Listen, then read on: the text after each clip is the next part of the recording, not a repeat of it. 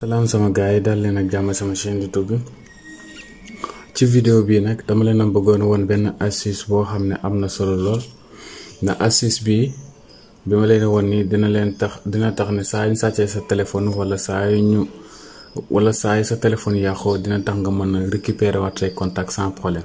Voilà, pour nga def ko nag il faut nga am benn mail nga garder mail bi ak mot de passe bi loolu kese moom moo ci am solo. Voilà, li ma leen wax tamit c'est gratuit.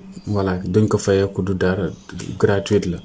Voilà, parce que méthode bi lan la mooy que ne da ngay au lieu que xam nga say soo leen enregistrer seen contact yi dañ lay wax pour nga def ko ci sa carte SIM bi wala nga def ko ci sa téléphone, mais yooyu yëpp su téléphone bi yàqu da nga koy perte. Su fekkee ne carte SIM bi la boobaay pour carte SIM bi ñu koy enregistrer il faut nga fay. En général fekkee orange en tout cas orange noonu lay def da ngay fay pour nga mën a enregistrer.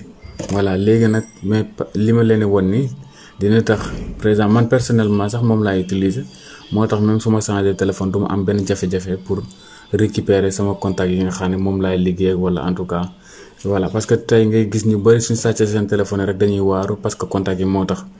Voilà, léegi pour nga def ko nag lu yomb la dañuy dem par exemple numéro téléphone.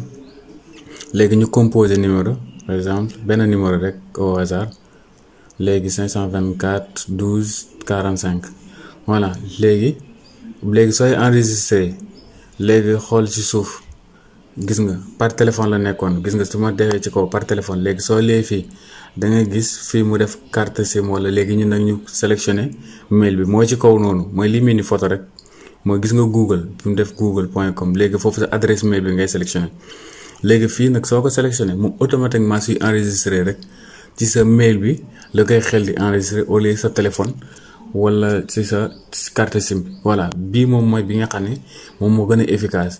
Léegi yow soo changé numéro rek schéma de téléphone rek sa adresse mail bi ngay def ci sa téléphone bu bees bi soo ko defee rek automatiquement soo demee contact di nga gis ne sa mail yëpp commande sa numéro téléphone yëpp day ñëwaat. Voilà, waa kay ñaa ngi jaajëfal sama gars yi fii la ñuy yemale vidéo fekkee vidéo bi neex na leen maa ngi ñaa ngeen partage ak jaa ngeen jëf.